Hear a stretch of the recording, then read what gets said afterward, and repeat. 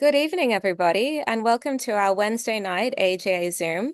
Tonight we are talking all things USA, and we have a local from the USA, Josh Hammer, who is here to give us a real insight from what's happening. We're touching on rising anti-Semitism, the shift in support for Israel in the Jewish support for the Democrats, and of course, Trump versus Harris. A little background on our guest.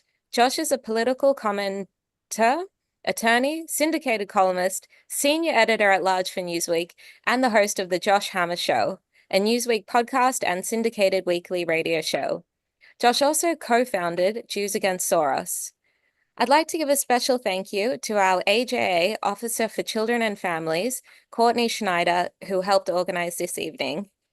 Thank you very much to everyone who's joined us live on Facebook Live right now and who's listening tomorrow. We really value your support and for being here tonight. Thank you, Josh, for joining us, and please take it away. Okay, well, thank you guys so much for this lovely invitation. I've never been to Australia. I would like to get there one day. I was talking with someone last year about CPAC Australia, the large conservative gathering, and I guess it didn't quite work out, but perhaps in a future year would really love to join. Let me just ask one question because I'm kind of curious here. The AJA is a national organization, just primarily Melbourne, Sydney based, or it's kind of just an eclectic mix? We are a national organization, and what's really exciting, which I'll let everybody know because I do a lot of the sales when it comes to our support, we have supporters across all states, including Northern Territory and Tasmania. Wow, So wonderful. quite a reach. Yeah, that's great. I'm kind of envious, I must say. I wish the U.S. had a similar organization. We actually don't, believe it or not. We have an organization here called RJC, Republican Jewish Coalition, which is not really quite the same thing. ZOA, not really quite the same thing. So it's really wonderful that this organization exists and clearly is thriving based on what I see on social media and the number of people tuned into this conversation. So Mazel Tov, and that's really wonderful. So let me just talk for a little bit about the situation here in the United States. Incidentally, forgive me if I'm not necessarily the most well-spoken. It's 6 a.m. here, local time. I'm not sure how far the camera can zoom out, but you might see the sun physically rise behind me in the window next to me, actually. Anti-Semitism has obviously been a massive issue here in the United States, and unfortunately, this goes back quite a bit further.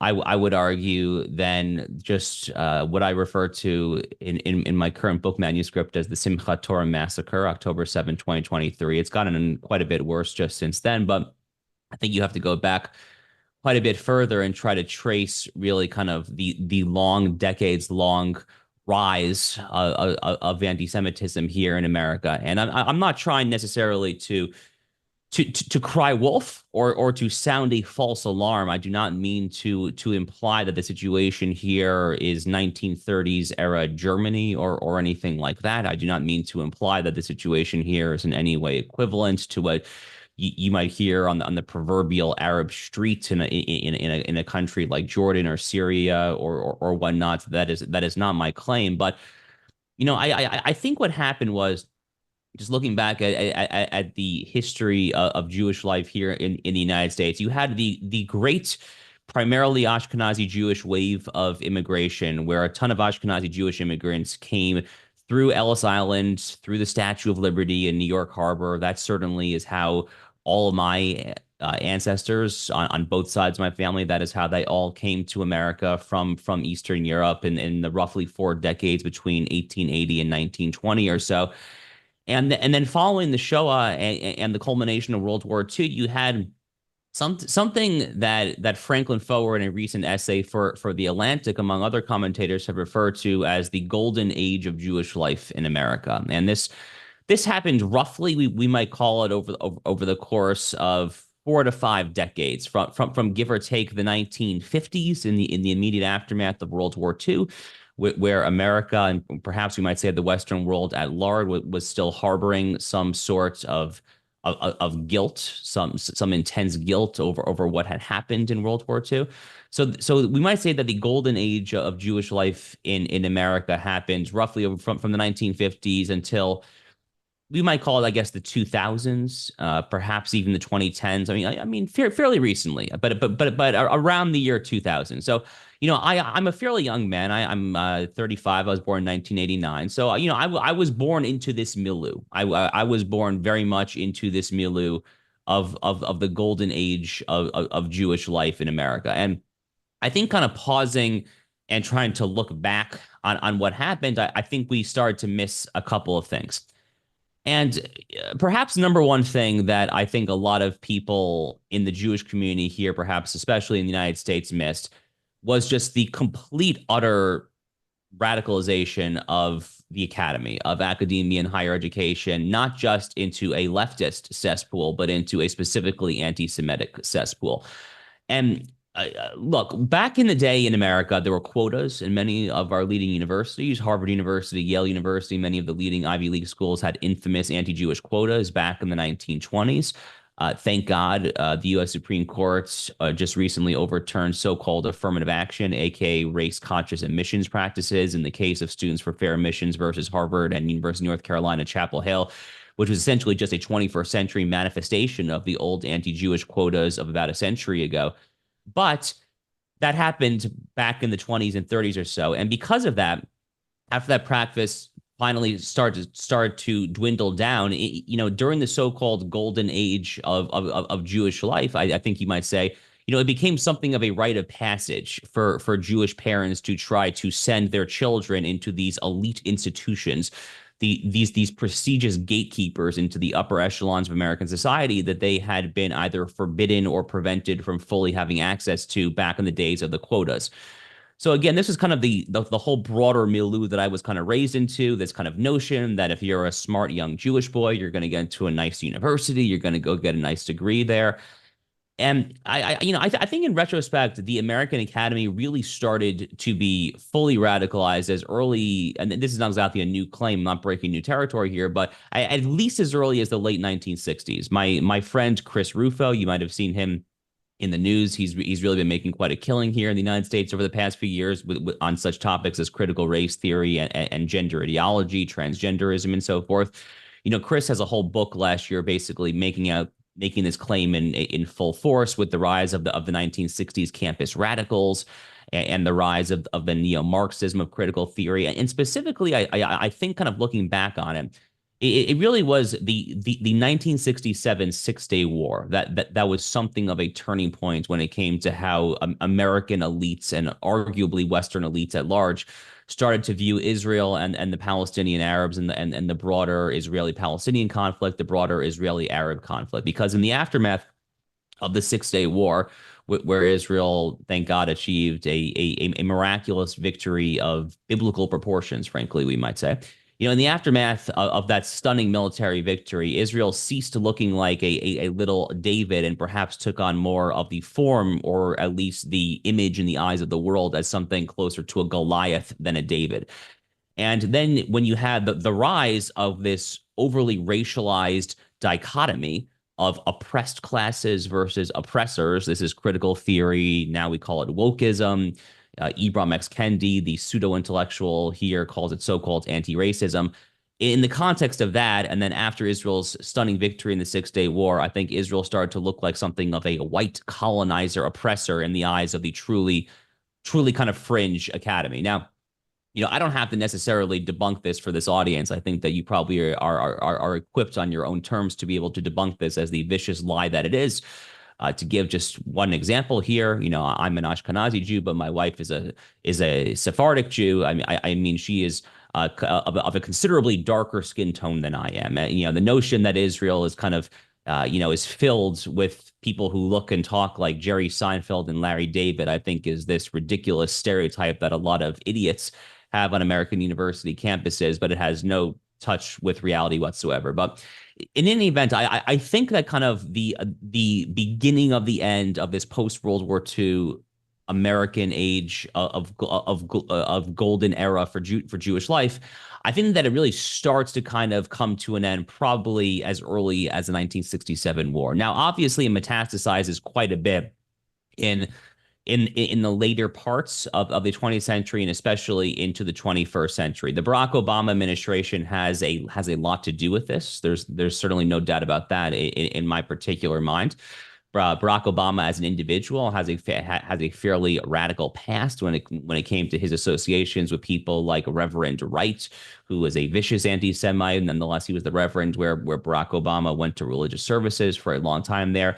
He had any number of other glaring warning signs in his particular past that did not stop large swaths of the American Jewish community from rallying to his side back in 2008.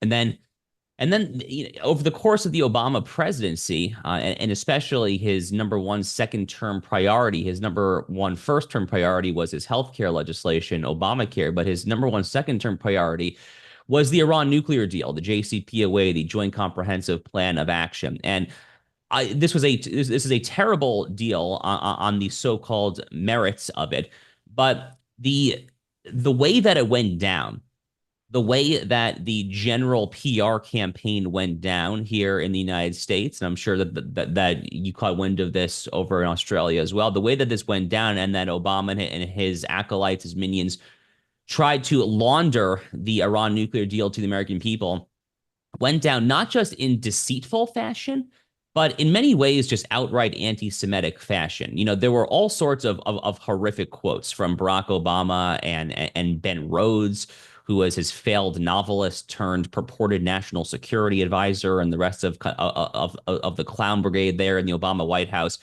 They were talking about trying to shove this deal and convince Israel supporters in D.C., trying to convince the Likud lobby. I mean, there were all sorts of dog whistles. There were all sorts of terrible dog whistles that were used there. And this image, I think, started to try to slowly yet perniciously gain steam in the American consciousness that there was a somewhat nefarious Jewish lobby or Jewish interests more generally that were trying to look out for particular or provincial interests, the Jewish interests, in a way that somehow conflicted or undermined the American national interest. So this really started to pick up steam on the left quite a bit. There has always been undercurrents of an anti-Semitic strain on the American right. Now, the so-called conservative movements, as it exists, more or less, roughly to this day in America, comes into form really in that post-war period in the 1950s. William F. Buckley Jr. founds National Review magazine in the 1950s. The Heritage Foundation, America's largest conservative think tank, formed in 1973. And there were always fringe anti-Semitic figures. William F. Buckley Jr., to his great credit, did a lot to purge them out of the movement back in the early days. But there, as recently as Pat Buchanan, the culture warrior who ran for president back in the 1990s, he had any number of very thinly veiled anti-Semitic statements in the 1990s. He would say things like the IDF's Amen Corner, their Amen Corner here in Washington, D.C., clearly trying to paint this picture similar to what Obama and his minions would do in the Iran nuclear deal context of these provincial Jews trying to look out for their own interests. So this has always been something of a bipartisan issue lurking in the background, but there's no doubt about it that it has been dramatically worsened over the past 5 years, and especially just in the aftermath of the Simchat Torah massacre of 2023. Now, I actually was looking just yesterday. Our FBI released some hate crime statistics for the year 2023. It looks like anti-Semitic hate crimes in the United States year on year from 2022 to 2023 are up roughly 62%, if I have the number correctly. And, here is another shocking statistic. We hear a lot here in the United States about the rise of so-called Islamophobia, which is not really a real term. That term was manufactured by left-wing academics in the UK in 1997 as part of a pseudo-academic study. But, for all the talk that we hear about so-called Islamophobia, it turns out that anti-Semitism, according to the FBI, is the one ancient social malady that was responsible for 68% of religiously based hate crimes here in the United States just last year. 68%. And just for context, Jews are roughly 2% of the American population there. As far as hate crime statistics against all minorities of any stripe, racial, ethnic, national origin, religion. Turns out that anti-Semitic hate crimes last year were actually the second largest bucket, only after anti-Black hate crimes. Anti-homosexual, anti-gay hate crimes, I think, was a very distant third. Frankly, if you ask me, based on the way that our very woke, addled Department of Justice and FBI are calculating these statistics, it would not shock me if anti-Semitic hate crimes were actually larger than anti-Black hate crimes, and they were just cooking the books. But regardless, the point is that it is very high. And you see it all over the place. In the aftermath of what happened on October 7th, the horrific tragedy, the single largest slaughter of the Jewish people in one day since the Nazis were in power in Third Reich era Germany. You've seen any number of just shocking displays that growing up as a child in New York in the 1990s and the early 2000s, I would have simply not recognized as my country. I do not know how else to say it. And to give just a couple of vivid examples, there was a video out in Pico Robertson, which is probably the most high profile Jewish neighborhood and observant Jewish neighborhood in Los Angeles. Any number of kosher restaurants and Orthodox shuls and whatnot there. There was this one incident, I think it was probably a month or two after October 7th, where there I think it was Motzei Shabbat, Saturday evening, and a lot of Jews were out dining at a kosher restaurant, and a lot of people in kathiyas went down and they're filming, and they're just taunting the Jews. They're just walking down the street, just shouting epithets and cursing at the Jews. Simply because they are Jews. No reason whatsoever for this. In the same neighborhood, Pico Robertson, actually, this past June, you had a legitimate pogrom in the streets. So there was an Orthodox shul that hosted a speaker this past June, just a few months ago, about trying to buy property in Israel. I guess here are the deals you should be looking for. Here are the areas. Just a basic presentation about real estate, essentially. And the propagandists there in the Los Angeles area decided that this fairly anodyne presentation about purchasing real estate in the Holy Land was some sort of settler colonialist project, to use the woke nomenclature of the day. Therefore, they put Hamas supporters lining up the synagogue. The Jews had to basically go into the back door of their own synagogue just to hear the speaker. And then when they got out, there were some people just beating them up in the streets. There were some Jewish people who were hurt. In a separate rally out in California, Paul Kessler, a Jewish man, a pro-Israel counter-protester, was killed actually by a Palestinian Arab supporter who essentially threw him to the ground. He banged his head. Tragically, he lost his life. This happened last November, I think it was, in Ventura County, California there. And I think also to April 15th. So April 15th is our tax day, not one of the days that we look forward to on the American secular calendar, I guess you would say. And on April 15th, the Palestinian Arab propagandist seized this opportunity to have a national day of rage. So they shut down the iconic Golden Gate Bridge out in California. They literally just shut down traffic. They shut down the only highway getting into O'Hare International Airport. They rampaged all throughout any number of other major urban corridors here in the United States, including the city of Miami, which is 25, 30 minutes from me. That's quite close to where I live. Thank goodness here in Florida, we still know how to arrest miscreants when they act inappropriately. So we did what has to be done in a way that left-wing prosecutors and law enforcement don't do when it comes to New York City, Los Angeles, and these other Soros-funded jurisdictions here in America. But this anarchy has really reached at times just totally out of control proportions. At the Democratic National Convention that just went down barely over a month ago in Chicago, there was an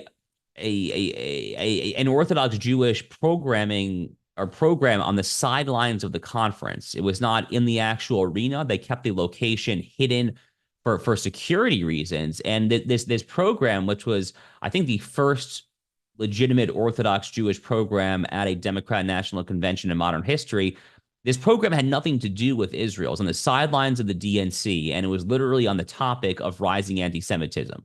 Well, sure enough, some of these so-called pro-Palestinian protesters, aka simple anti-Semites, found out the secret location of it and went there and just started taunting and yelling at the Jews, all the typical slogans I'm sure you hear in Australia, from the river to the sea, blah, blah, blah, blah, blah. Again, you are protesting Jews who are talking about a rise in anti-Semitism. This is not merely so-called anti-Zionism. This is anti-Semitism that is no different whatsoever, albeit perhaps in a slightly toned down, less genocidal version, but it is no different functionally than the anti-Semitism of the brown shirts back in the 1920s and the 1930s.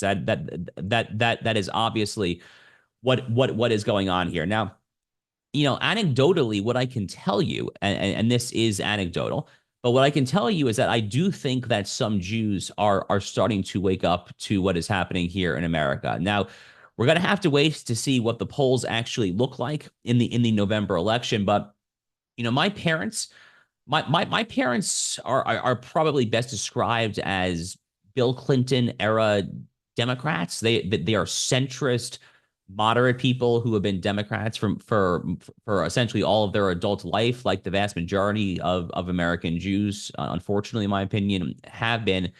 And they are planning on voting for Donald Trump this election because perhaps above all, they are simply disgusted at what they see out there. They are disgusted at the way that the current Democratic Party here, that the Biden-Harris administration just continues to mollycoddle the very worst of these people.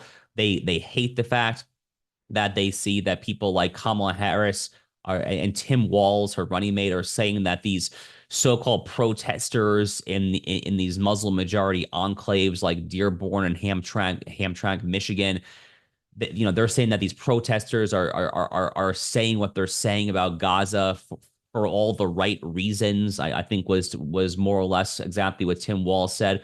So my parents have definitely been mugged by reality. So has my sister-in-law, for that matter. My sister-in-law, who is definitely center left, is certainly something of a feminist.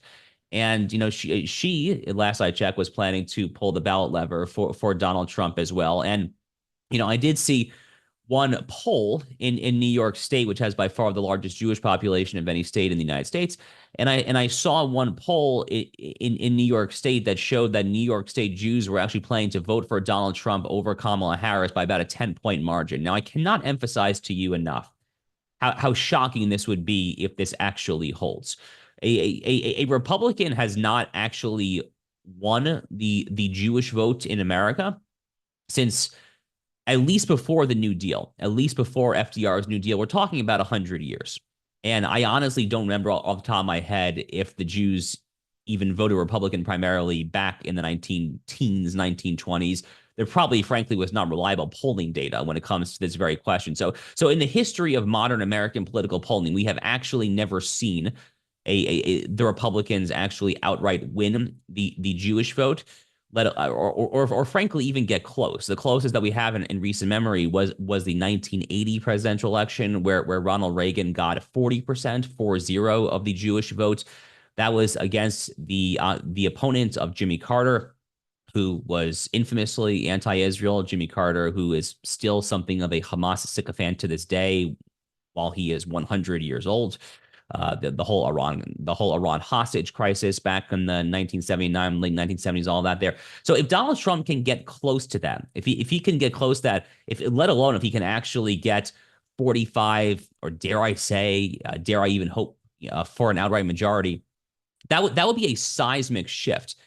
And it wouldn't just be a seismic shift in terms of the American Jewish psyche. It actually could be politically salient and potentially make a very large difference too. So if you look at the 7 large swing states here in the United States, and those are the 7 swing states that will have no doubt decide our presidential election in a little over a month and a half, you have the 4 so-called Sun Belt states of Nevada, Arizona, Georgia, and North Carolina. And then you have the 3 Rust Belt states of Pennsylvania, Michigan, and Wisconsin.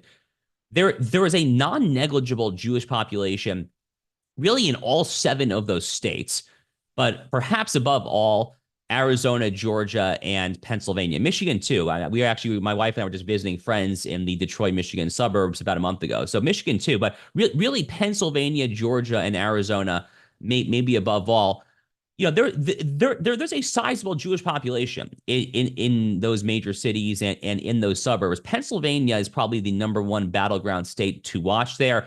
There are a lot of Jews who are extremely piqued, who are extremely annoyed that Kamala Harris did not select the very popular and conspicuously Jewish governor of Pennsylvania, Josh Shapiro. A lot of them are very piqued that she did not pick Josh Shapiro to be her running mate.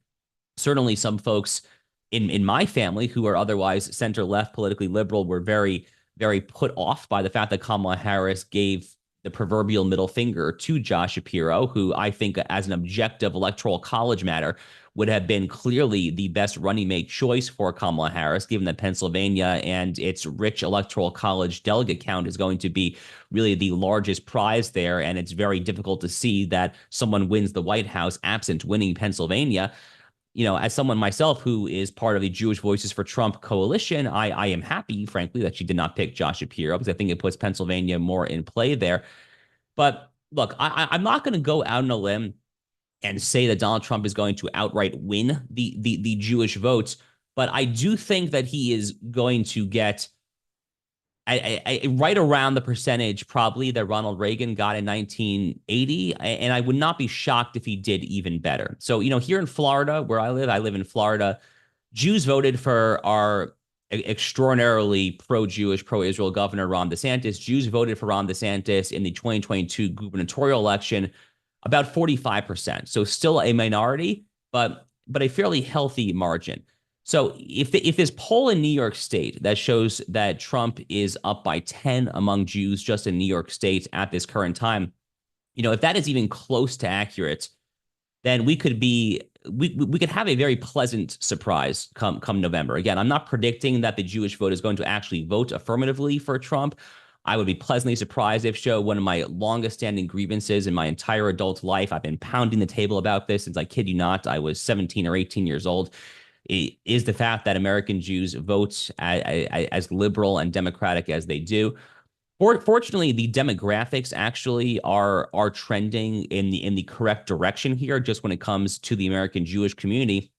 And what I mean by that is that tragically the more politically and theologically liberal wings of the American Jewish community are intermarrying at a shockingly high rate, which is tragic. I view that as nothing less than a tragedy. The intermarriage rate for non-Orthodox American Jews is 71% last I checked there. And that's horrific.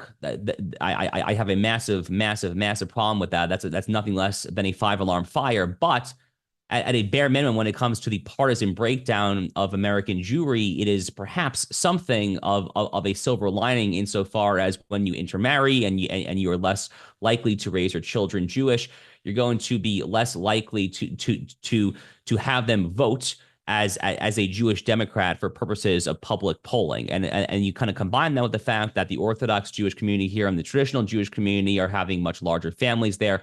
I think that the demographics, even within the American Jewish community, are trending in a much more pro-Republican, pro-conservative direction. And I think those numbers will look quite a bit different, as soon as 15 years from now than they currently do right now.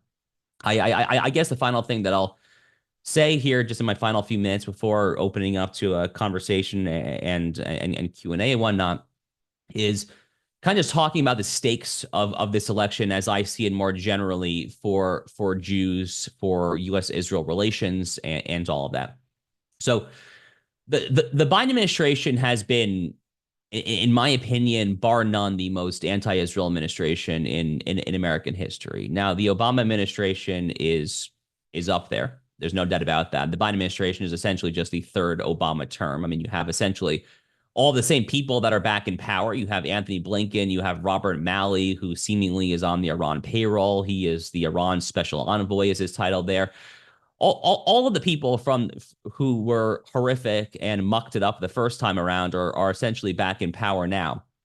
And if you are a supporter of Israel, which I assume we all are on this Zoom call, I mean, how can you not be appalled at the way that the United States has treated its purported close ally in the Middle East over the past year or so? When it comes down to just this repeated belittling and infantilizing exercise in holding a sword of Damocles over their head and saying, oh, unless you do XYZ things, we're going to slow down the shipments of these munitions, which, by the way, this tactic has a long and sordid history on the American left. John Kerry, back when he was working for Barack Obama, did the exact same thing in the second Obama administration. This is actually, in my own personal judgment, this is one of the tragic asides, one of the incidental tragedies of the large-scale mass U.S. military aid to Israel is that it comes with substantial strings attached. And in my view, Israel would be much better off trying to kind of wean itself off of this large American spigot and be able to be more self-sufficient so it does not have to listen to what left-wing zealots in Washington, D.C. tell it to do. But if you get a Harris Walz administration, you will have more of that. You will have more belittling of Israel. Iran will get ever closer. God forbid they could even go into full nuclear breakout. You will have more sprawling jihadist metastasis all throughout the Middle East. Israel will be even more isolated at the UN and international institutions, even more on its own than it currently is. You will have more large-scale Islamic immigration to the United States, unchecked, unvetted, in a way that fundamentally alters the demographics of this country and in many tangible, horrible ways for the American Jewish community here. Excuse me. You will have more Jews on American university campuses, such as what happened at UCLA last May, where Jews were literally prevented from accessing the UCLA campus in Los Angeles simply by dint of the fact that they were wearing Magen David necklaces and refused to denounce their own religion. A federal judge in Los Angeles a month and a half ago, Judge Mark Scarzi, called this, quote, unimaginable and abominable and reprehensible to America's constitutional degree of freedom. But by the way, that is one kind of small silver lining here, is that as bad as it gets from a political and anti-Semitic perspective, our federal courts, our judiciary, actually, thank God, are still strong for the most part. But more generally, Harris Walz administration will furthermore just embolden the Hamas wing of the Democratic Party. It will embolden the Ilhan Omar, Rashida Tlaib wing, the kind of older guard, the more traditional pro-Israel wing, you might say, which is already very much on the decline. Alan Dershowitz, for instance, has formally disavowed his lifelong political party, Democratic Party. That wing, which is quite literally already dying, it will only die a quicker and, I fear, more painful death in a second Harris Walz administration there. So from the perspective of a proud and publicly visible American Jew, from the perspective of an American Jew who was a staunch Zionist and supports very close U.S.-Israel relations, I certainly hope that Donald Trump wins this election. I think we all saw what he did in office the first time around. You have a lot of people who are talking about, some comments he made last week that maybe were admittedly a little fully less than ideal, I guess would be a charitable way of saying it. The point is, Donald Trump is not running as a new candidate. He served 4 years. I mean, he has a track record there, and we all saw what he did in that track record. He was the first president since Israel was founded to declare that Israeli settlements, so-called settlements, I kind of hate that term, but to declare that Israeli settlements in Judea and Samaria were not per se illegal under international law. He famously moved the embassy from Tel Aviv to Jerusalem. He defunded the United States from UNESCO and UNRWA and various other anti-Israel outfits. He got us out of the Iran nuclear deal. He recognized Israeli sovereignty over the Golan Heights for the first time since 1982. I could go on. The man's track record was by far the most pro-Israel of any president in U.S. history, and also, frankly, the most authentically pro-Jewish as well here, simply on the home front.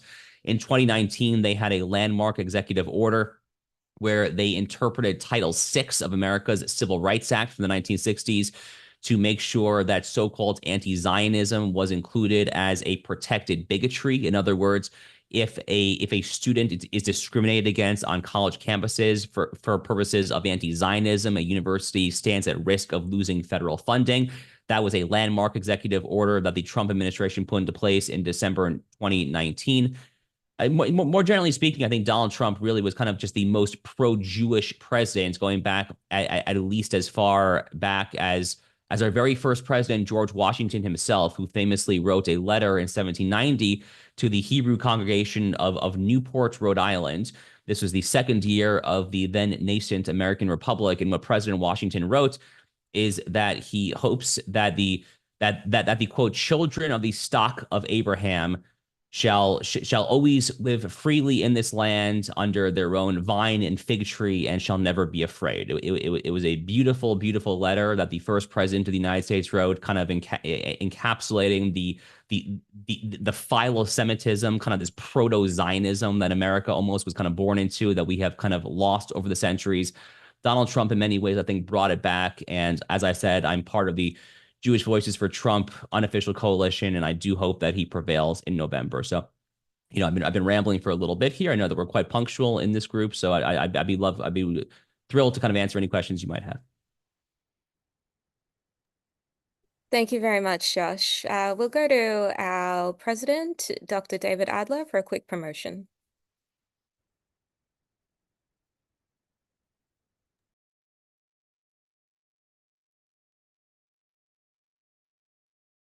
There we are.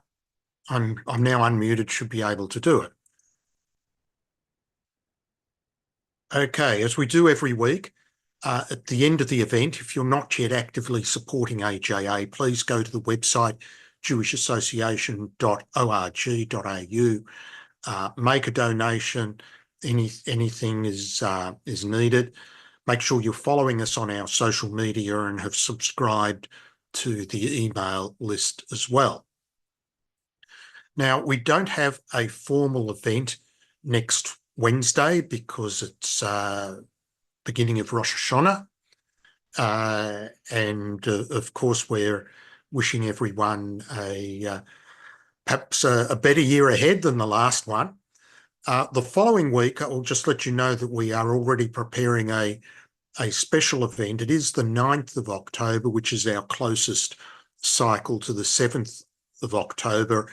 And we've formed a partnership with United Hatzalah Australia, and we will be hearing from first responder evidence of what happened on the 7th of October, in other words, the testimonies. Unfortunately, there is this outrageous denial that we have to deal with, and the best way to deal with it is through first-hand testimony. For young adults, we have a Shabbat dinner this Friday with Central Synagogue. There's the booking link, and I'll make sure it goes into the chat as well. Now, I think Courtney also wanted to mention an event. Yes, hi, everyone. We have an event coming up on the 29th of September, all Melbourne people in the Caulfield area. The 29th of September, which is a Sunday, 6 p.m., change the subject. We're doing a community discussion around the over-sexualized content in schools and radical gender ideology being taught through Victorian curriculum. This is being pumped very aggressively, all grade levels, in private schools, in religious schools, in public schools. No one is spared. This is a crisis. We have to wake up. Our kids are really getting their brains scrambled. Sorry to be so blunt, but we have to get some exposure here on what's happening in the schools. We have an incredible panel of speakers. We have Senator Ralph Babbitt, who's going to be making opening remarks. We have Morgan Jonas from the Melbourne Jewish community and politician of Freedom Party Victoria, who's going to be hosting. We would love to see you there. I have put in the chat all of the information, trybooking.com/CVKFD. There is a discount code in the chat for AJA members. We'd love to see you there and have your support. Thanks. Thank you so much. Thank you to everybody who sent me questions. I can see you've personally messaged me some questions already. Another reminder, if you do have a question, use the raise hand and we'll try to get through to everyone. Let's start with Tony. Would you like to unmute, please?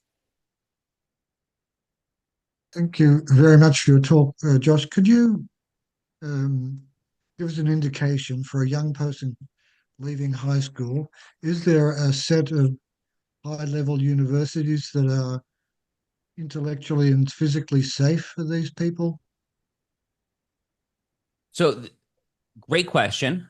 Bit of a shameless plug, actually. So I host two shows, one of which is called the Josh Hammer Show. I actually just had on my show, it was either last week or the week before that, a woman by the name of Leora Rez, who runs an organization called Stop Antisemitism, stopantisemitism.org. I actually asked her this exact question on my show because part of her job is actually tracking this data and trying to ascertain which universities actually are the best, are the safest there.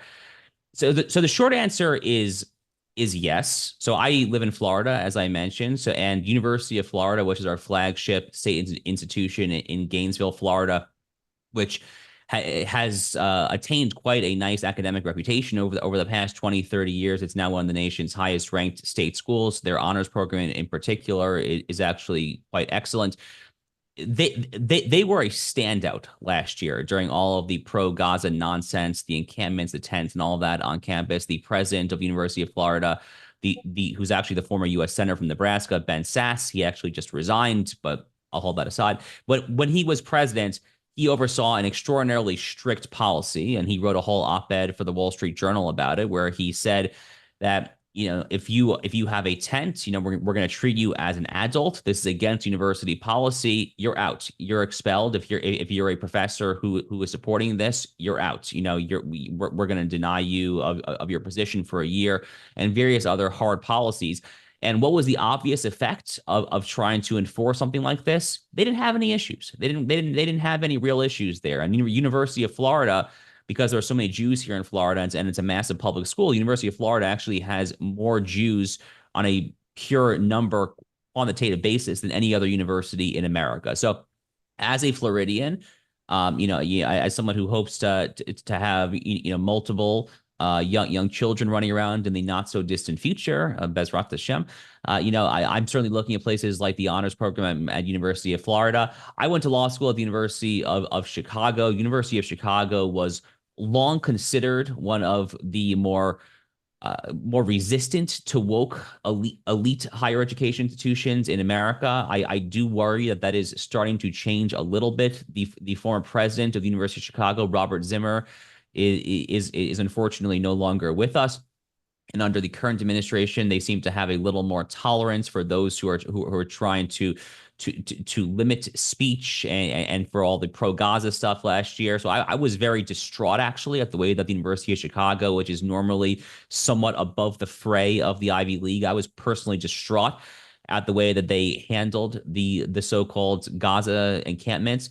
My other alma mater, actually, Duke University in North Carolina, which has a smaller Jewish population, but still a decent Jewish population, maybe 12% of the student body or so.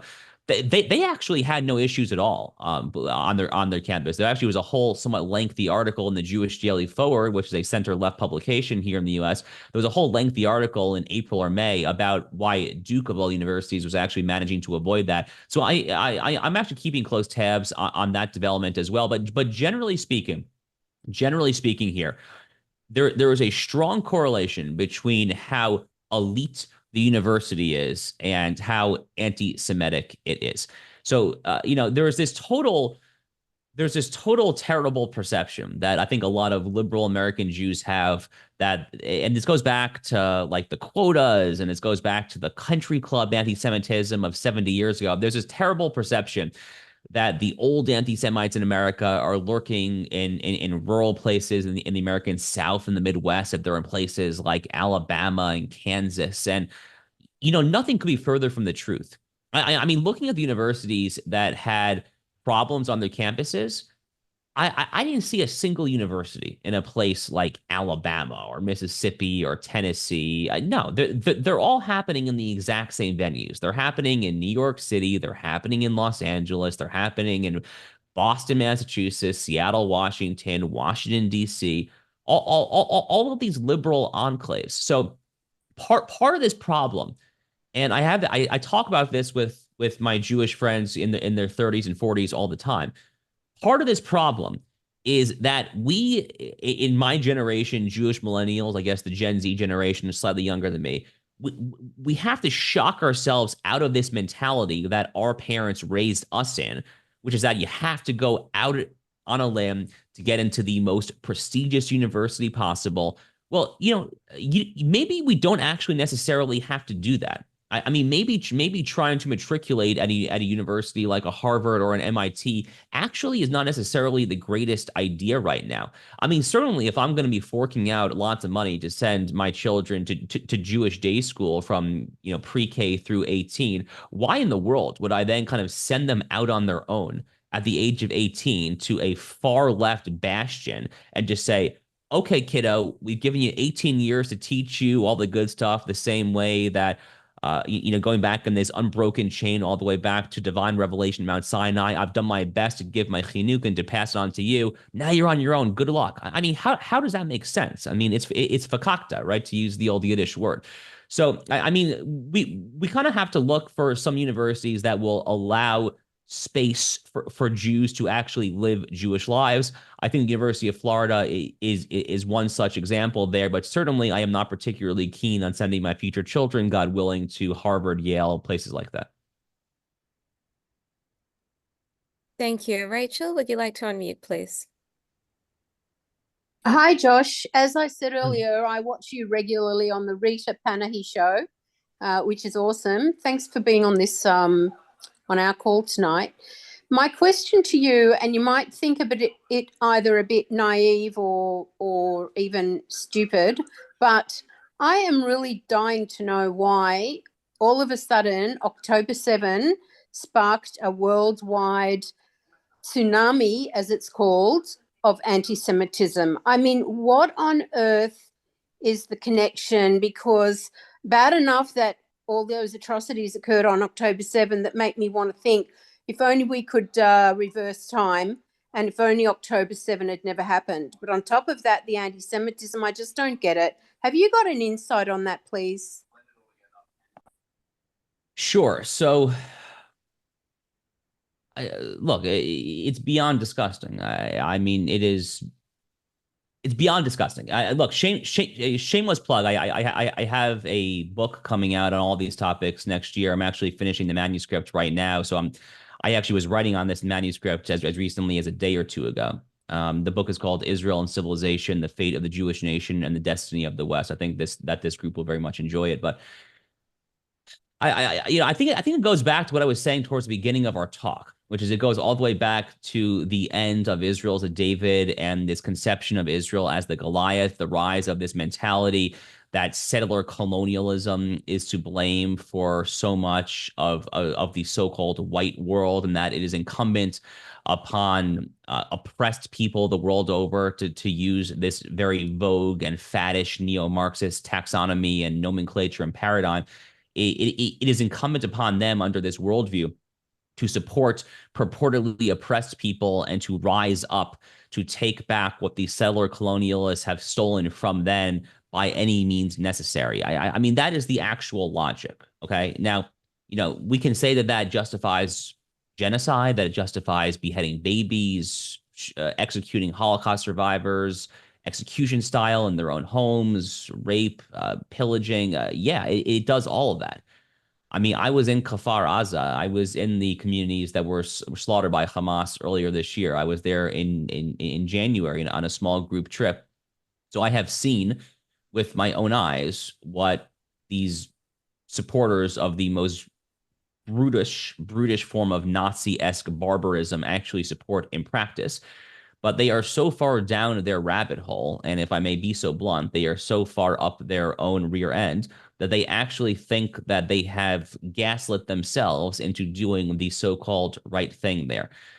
And it's just so disgusting. I don't know how else to say it. I mean, these are not people that I necessarily feel that I can always have a rational civil conversation with. I mean, it is just when you are that wrong and preaching that level of diabolical evil, it's very difficult for me to look you in the eye and try to have an actual frank conversation with you. But nonetheless, that actually is the view of the left-wing academy. So, for example, there was a professor at Cornell University, an Ivy League school, Professor Rickman, who went to New York City within a few days of October 7th and said at a pro-Palestinian rally that he found October 7th exhilarating.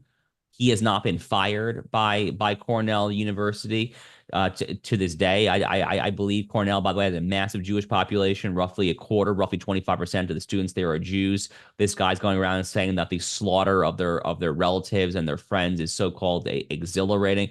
I mean, this is the far left, the tip of the spear of the left in America. And that has really kind of trickled out now into the open, where it is increasingly no longer this fringe theory cabined to the cloistered confines of the ivory tower, the way that it might have been for decades, but it's really starting to seep out into the mainstream of the American left, into the mainstream, particularly of the street level activists, the grassroots level people in the Democratic Party. That's what you're seeing march on the streets of Chicago at the Democratic National Convention. For example, those are the people chanting from the river to the sea, Palestine shall be free. It's all coming, I think, from this first principle starting position of oppressors versus oppressed. Israel is the alleged oppressor. The oppressed brown Palestinian Arabs under this faux racialized dichotomy are the oppressed, and therefore by any means necessary. As I said, it is appalling and abominable, but I think that's where it's coming from. Thank you. Robert, please unmute.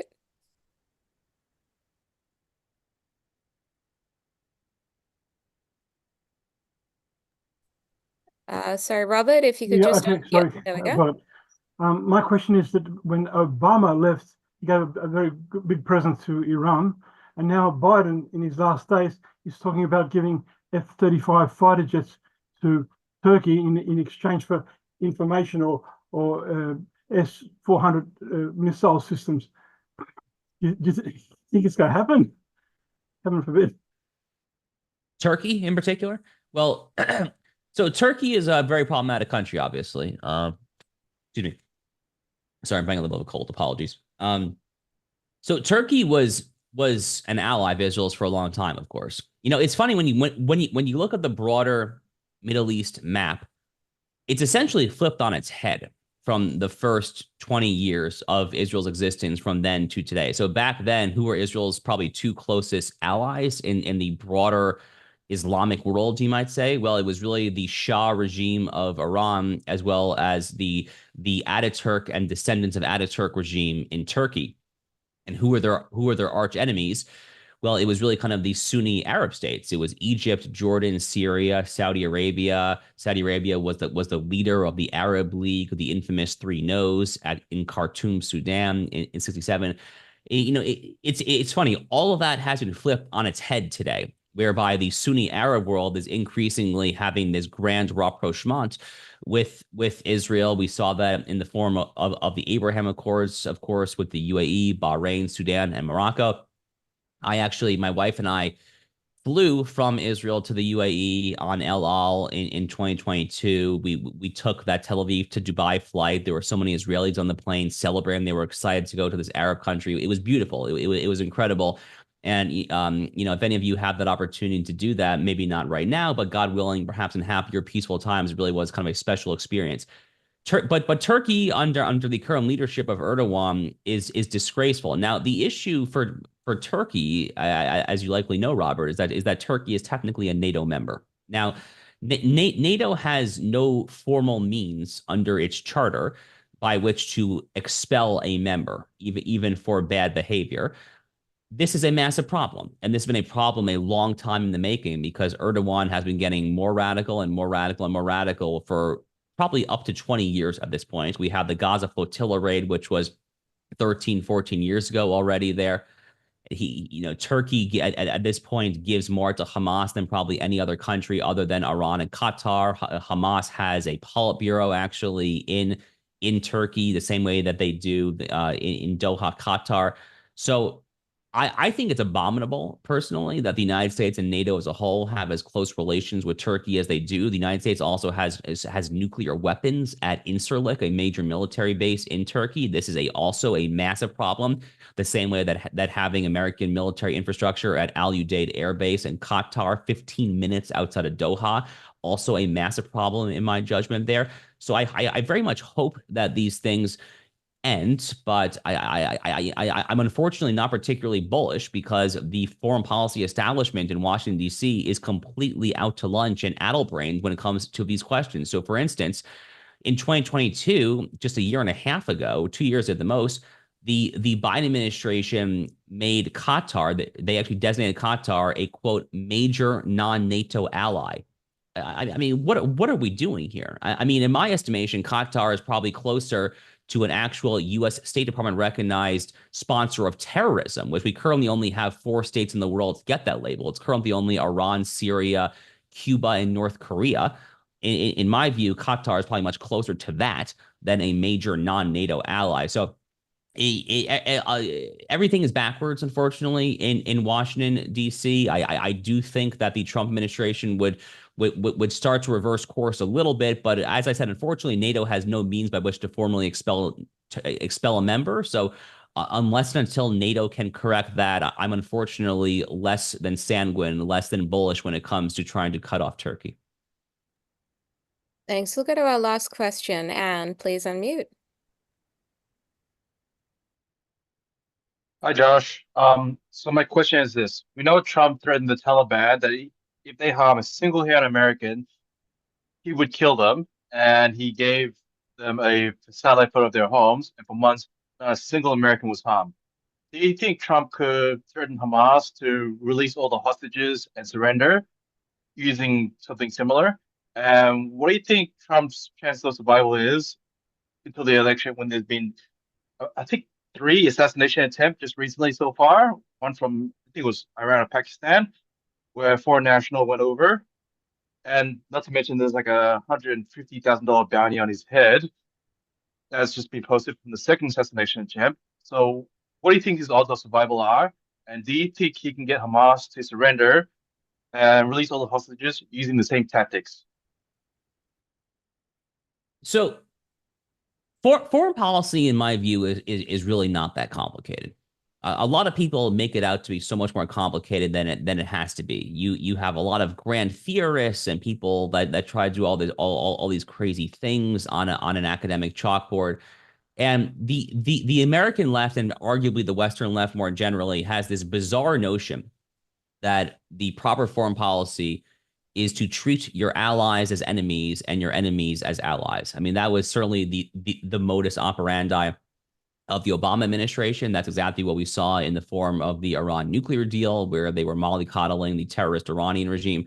You know, in my view, a much sounder and more prudent and simpler and commonsensical foreign policy is to treat your allies as allies and your enemies as enemies. And that is what Trump did when he was in power for those 4 years. He turned the screws on the Iranian regime. He and Mike Pompeo, his Secretary of State, referred to it as a maximum pressure campaign against the Iranian regime. They were about as bankrupt as that regime has ever been since they seized power in the revolution back in 1979. They treated their allies like actual allies, such as Israel and many other countries as well there.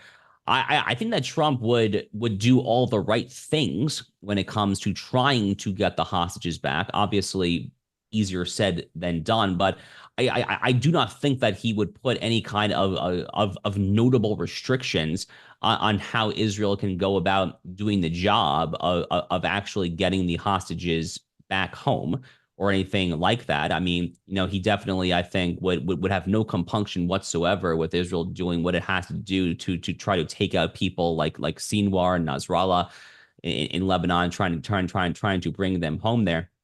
Look, as far as the assassination attempts are concerned, there have been 2 major attempts thus far. There was the one in Butler, Pennsylvania on July 13th, and there was the one in West Palm Beach, Florida, just about an hour drive north of me.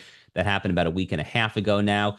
One of the big questions that we're debating here in the United States right now is whether or not these are one-off lunatics or whether or not there actually is a nefarious and likely foreign actor pulling the strings there.